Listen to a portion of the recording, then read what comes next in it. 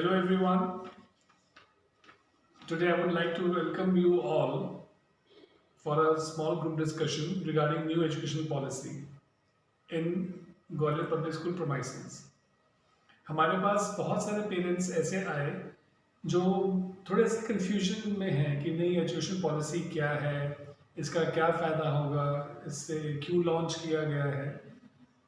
तो हम लोगों ने मैंने बात किया मनीष सर से, जो हमारे ग्वालियर पब्लिक स्कूल के डायरेक्टर हैं। सर से हमने रिक्वेस्ट किया कि सर हम एक प्रोग्राम ऑर्गेनाइज करें, तो सर ने हमें परमिशन दिया कि ठीक है, और सर ने टाइम दिया हमको इस डिस्कशन में आने के लिए।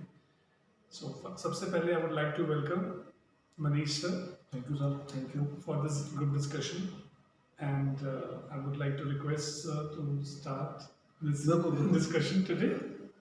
ये बहुत ही एक अच्छा टॉपिक कुणाल सर ने जो हमारे सामने रखा है कि सर क्यों ना हम एजुकेशन जो न्यू एजुकेशन पॉलिसी आ रहा है उसके बारे में डिस्कस करें। और काफ़ी सारे ऐसे पेरेंट्स हैं, काफ़ी सारे ऐसे लोग हैं जो कि पेरेंट्स भी काफ़ी आए थे हमारे पास। काफ़ी सारे पेरेंट्स भी आए थे हमारे पास और वो काफ़ी कंफ्यूज थे कि ये क्या एजुकेशन पॉलिसी आ रहा है, क्या वो इसी साल से आने वाला है या नेक्स्ट सेशन जो आने वाला है उसी सेशन में आने वाला है।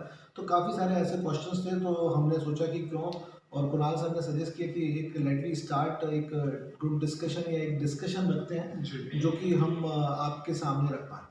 तो लेट वी स्टार्ट की नेशनल जो न्यू एजुकेशन पॉलिसी है जो हमारे नेशन ने, जो कि प्रधानमंत्री मोदी जी जो इसको लेके आ रहे हैं, तो वो क्या है न्यू एजुकेशन पॉलिसी 2020 है क्या, किस तरीके से इम्प्लीमेंट होगी, कौन कौन से उसके अंदर बेनिफिट्स होंगे, क्या क्या बेनिफिट्स होंगे। तो let we discuss about new education policy 2020। इससे पहले ये जो न्यू एजुकेशन पॉलिसी है, इससे पहले भी दो एजुकेशन पॉलिसीज़ आ चुकी थी। एक जब हमारे भूतपूर्व प्राइम मिनिस्टर इंदिरा गांधी थे तब वो लेके आए थे, वो 1968 में उसको लॉन्च किया था। और आपको बता दूं कि उसके बाद 1986 में राजीव गांधी जी को मौका मिला और उन्होंने फिर से एक और एजुकेशन पॉलिसी लेके आए, लेकिन एक बहुत बुरा हादसा हुआ जिसमें उनका डेथ हो गया। तो उसके बाद जो उस समय के तात्कालिक प्रधानमंत्री थे पीवी नरसिम्हा राव जी, और उन्होंने उसमें अमेंडमेंट करके 1992 में इस एजुकेशन पॉलिसी को लॉन्च किया था। उसके बाद अब 2019 में ये सरकार ने बनाई है, और इसके जो प्रमुख हैं, इसको जो गवर्न कर रहे हैं, इसको जो मॉनिटर कर रहे हैं, जो इसका पूरा फॉर्मेशन है वो देख रहे हैं इसरो के पूर्व वैज्ञानिक और चेयरपर्सन डॉक्टर के कस्तूरी रंगन, जो ये जो है इसरो के पूर्व चेयरपर्सन है, और वो अब इसको फॉर्म कर रहा है। सो अभी हमारे सामने ये 2020 वाला जो न्यू एजुकेशन पॉलिसी है ये आ गया है। बहुत ही इंटरेस्टिंग सब्जेक्ट्स हैं, इंटरेस्टिंग पॉइंट्स हैं। एजुकेशन सिस्टम को इन्होंने काफ़ी सरल कर दिया और स्ट्रेस फ्री। बेसिक कॉन्सेप्ट ये है कि स्ट्रेस फ्री करना है, सरल करना है, और वो एजुकेशन जो है वो बच्चे को एम्प्लॉयमेंट कैसे दे पाए, हर स्तर पर कहाँ स्तर पर वो एम्प्लॉयमेंट हो सकती है उसकी वो इसमें बात करेगी। तो मेरे को लगता है कि इससे बेस्ट एजुकेशन पॉलिसी अभी तक नहीं आई है। हाँ, इंडिया में फर्स्ट टाइम ऐसी भी एजुकेशन पॉलिसी है जो स्टूडेंट्स के फ्यूचर को लेके बात कर रही है, बिल्कुल, ताकि हमारा युवा एकदम एक सक्षम युवा बन सके। बिल्कुल। तो सर मेरे को मालूम है कि आपने कुछ सारे पॉइंट्स निकाले हैं जिन पे हमें डिस्कशन करना है, और काफ़ी सारे पॉइंट्स हैं जो कि स्टूडेंट्स के भी हैं और पेरेंट्स के भी हैं, तो वो मेरे हिसाब से शायद हैं आपके पास। उन्हीं में से कुछ मैं पॉइंट्स आज लेके आया हूँ जी, जो मैं आपके विचार करना चाहता हूँ। बिल्कुल। सर फर्स्ट ऑफ ऑल, आपको क्या लगता है कि जो नई एजुकेशन पॉलिसी आई है वो किस तरीके से, और ये पॉलिसी है क्या, और ये किस तरीके से हमारे विद्यार्थियों के लिए, जो स्कूल सिस्टम जो है या जो स्कूल स्टूडेंट्स हैं, उनके लिए कितना बेनिफिशियल रहेगा? देखिए मैं बता देता हूँ, जो नई एजुकेशन पॉलिसी आई है इसको अगर हम बात करें कि हमारे इंडिया में दो तरीके की शिक्षा प्रणाली है, एक सरल शिक्षा प्रणाली और एक उच्च शिक्षा प्रणाली।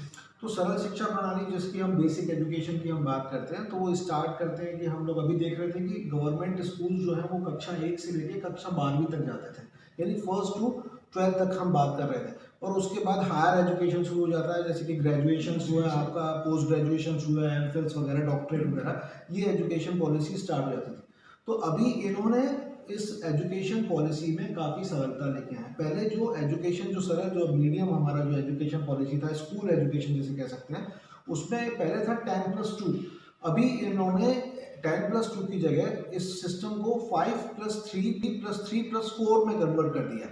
तो अगर हम इसको समझेंगे, अभी आगे आने वाले समय में मैं आपको डिस्कस करूंगा, बताऊंगा कि ये किस तरीके से काम करता है। 5 कैसे काम करेगा, 3 कैसे काम करेगा, फिर वो 3 कैसे काम करेगा, और उसके बाद वो 4 जो संख्या है, वो 4 संख्या किस तरीके से इम्प्लीमेंट होगी, वो हम बात करेंगे।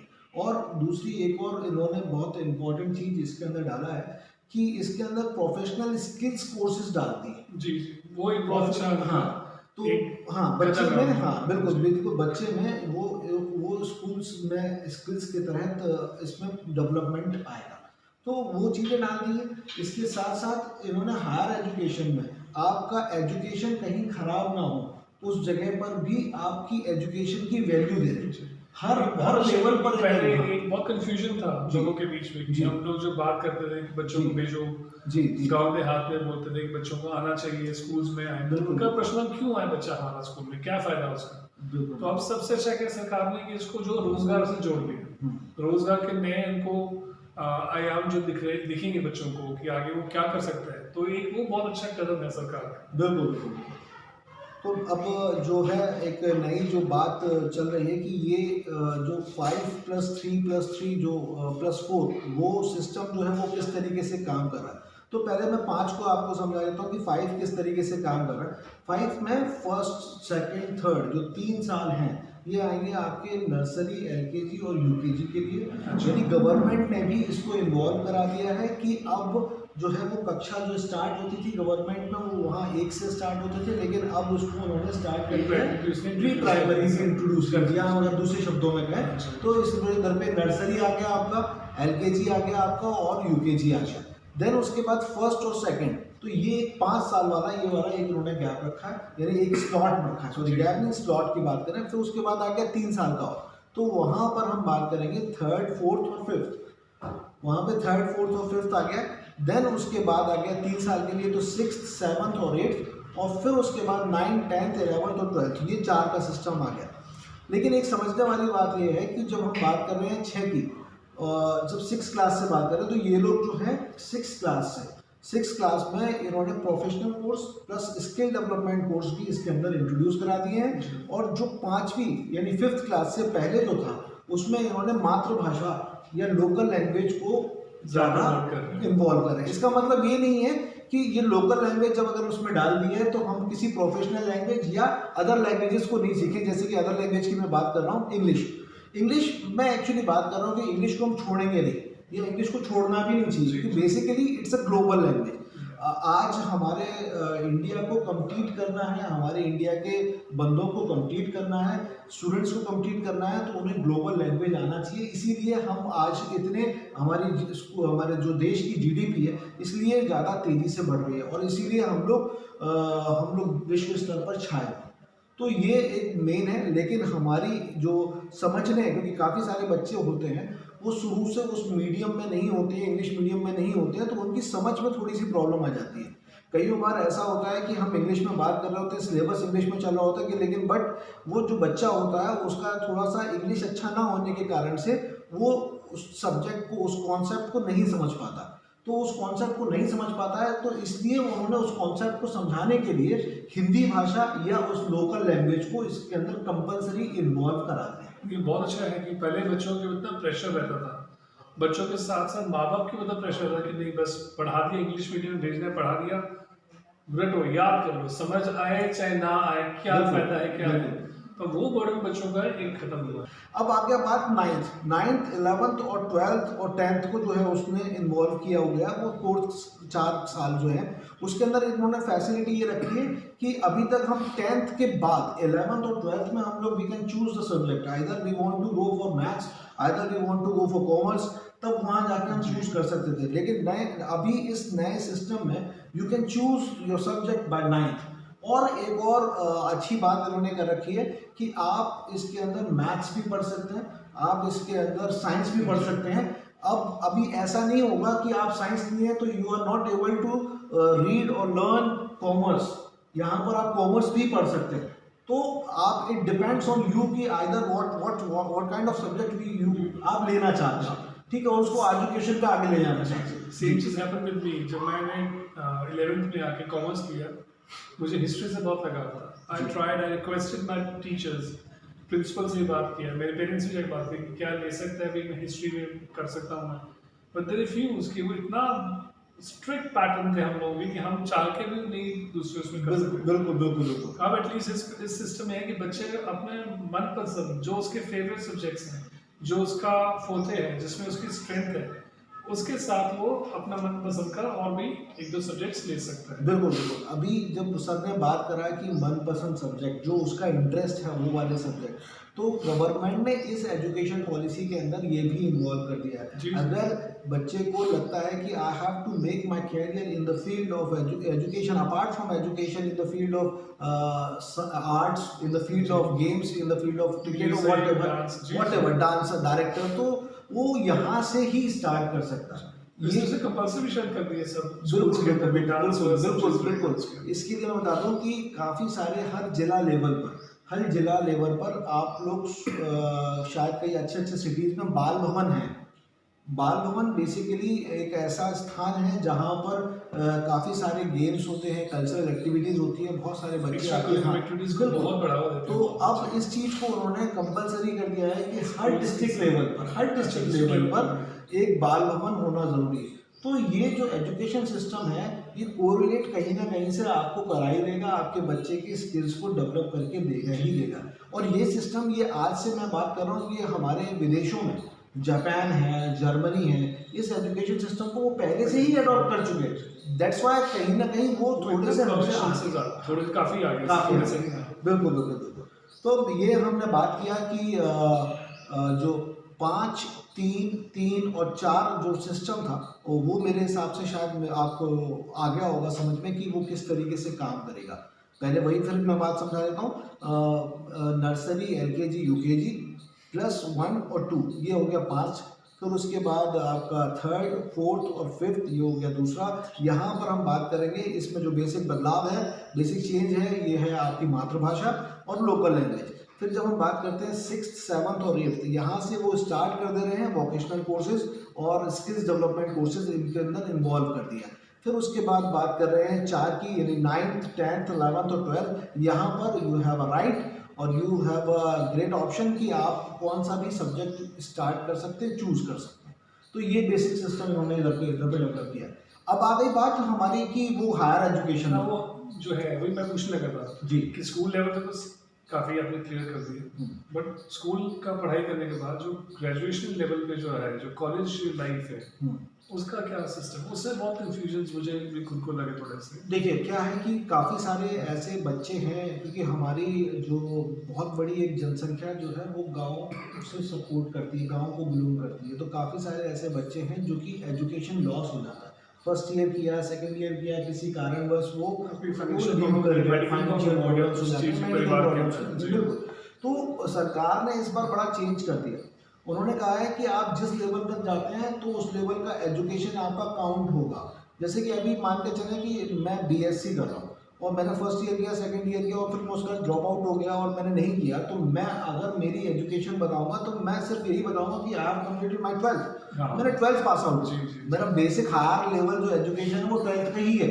लेकिन अब जो सिस्टम आ रहा है वो सिस्टम में ये है कि आप किसी भी लेवल पर अपना अगर एजुकेशन ड्रॉप करते हैं तो वो उस लेवल पर आपको सर्टिफिकेट, डिप्लोमा एंड डिग्री वो प्रोवाइड होगा। जैसे कि अगर आपने फर्स्ट ईयर कंप्लीट कर दिया तो you will get certificate, then after second और थर्ड में जाएंगे तो you will get diploma plus degree. वही एंड फोर्थ में फिर that's the best part is about research वाला बिल्कुल एक बहुत शानदार चीज जो सर ने कहा है, बहुत शानदार चीज कि अगर 4th ईयर आप कंटिन्यू करते हो तो ये रिसर्च इंक्लूड कर रहा है।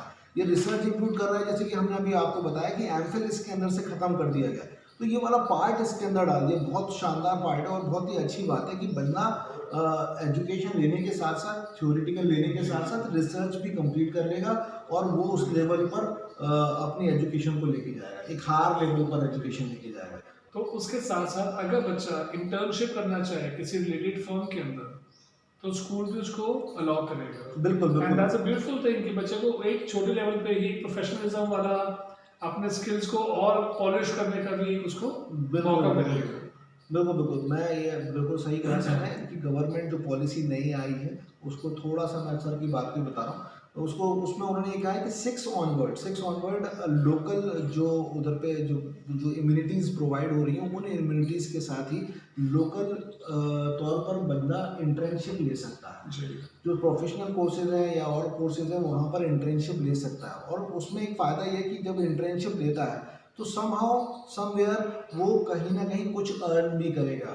तो उसकी डेफिनेटली उसकी एक मानसिकता थोड़ी सी आगे बढ़ेगी और उसको अर्न करने की भी और सेविंग करने की भी चीज़ें यहाँ पर सीखने को मिलेगी।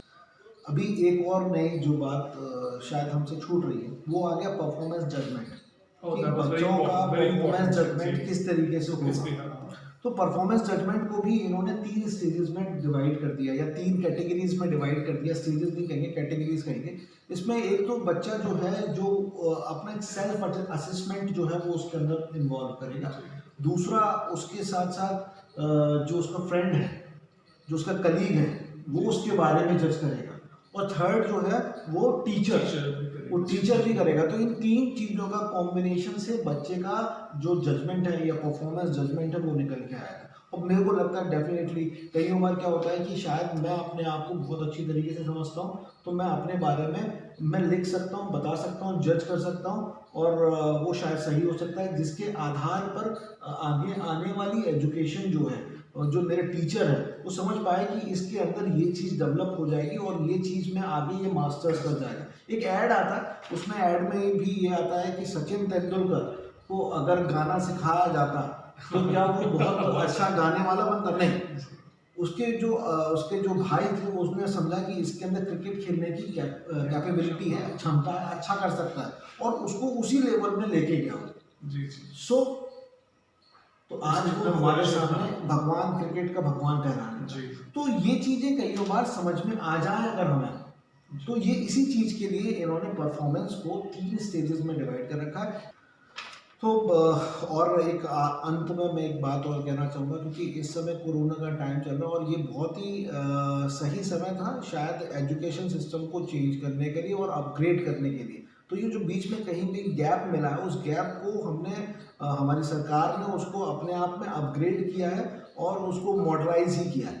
तो वो उसमें क्या किया है वो मैं आपको बता देता हूँ कि आगे आने वाली एजुकेशन जो पॉलिसीज़ हैं उसमें उन्होंने एम्फेसाइज किया है ऑनलाइन लर्निंग को। ऑनलाइन लर्निंग जी, को जी। और ज़्यादा तरीके से एम्फेसाइज किया। इससे फ़ायदा क्या है? ऑनलाइन लर्निंग से मतलब ये है कि मैं कभी भी किसी भी समय में कहीं पे भी जाकर मैं लर्निंग ले सकता हूँ। Definitely. वर्चुअल लर्निंग कभी भी हो सकती है। देयर इज नो नीड कि मेरे को मेरा फिजिकली टीचर कहीं जाना पड़े, कुछ करना पड़े, हाँ। ऐसा नहीं है। और जो एजुकेशन जो लग रहा है, ये जो क्लासेस लग रही है वो तो कंटिन्यू है ही, लेकिन अपार्ट फ्रॉम दैट आपके पास अभी इससे पहले उतनी अच्छी लर्निंग सिस्टम नहीं हुआ करता था और वो ऑनलाइन नहीं रहते थे। लेकिन अब ऐसे ऐसे कोर्सेज होंगे जब आप शेड्यूल तय कर पाएंगे, आप अपना टाइम टेबल तय कर पाएंगे कि नहीं मैं शाम के 5 से 7 बजे तक फ्री हूँ और that time I just want to know या लर्न।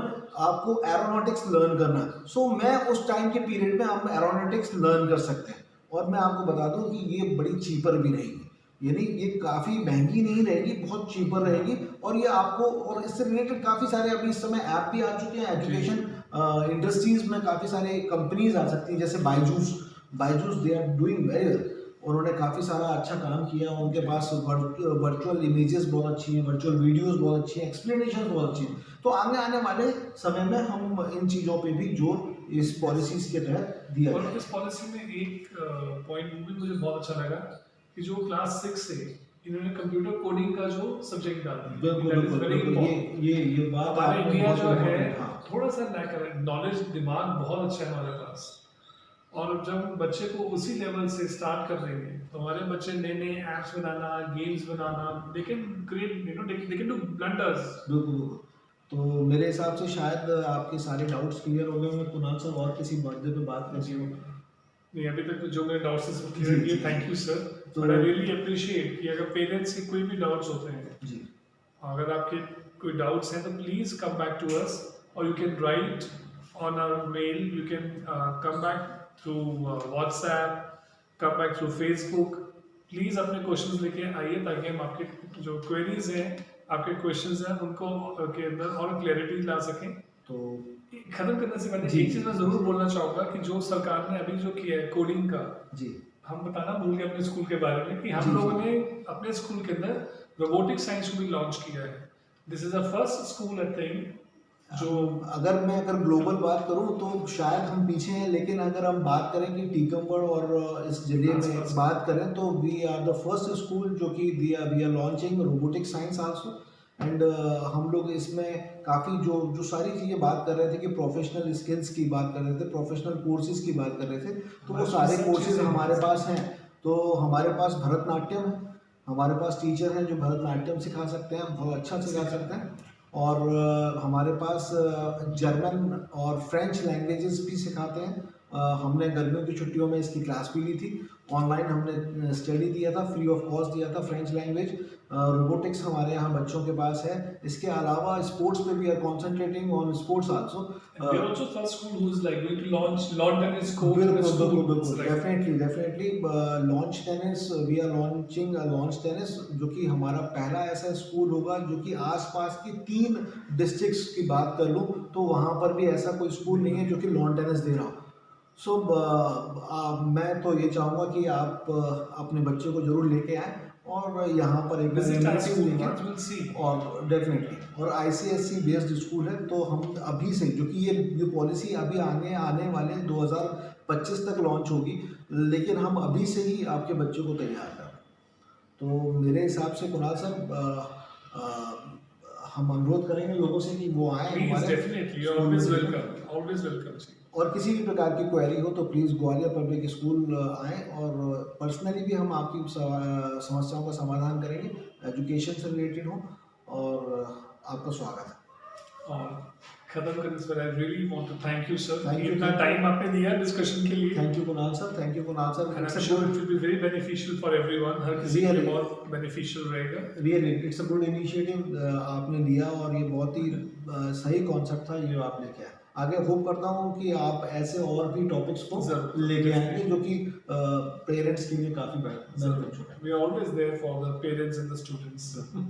ठीक है sir, Thank you. Sir. Thank Thank you. you, everyone. Thank you.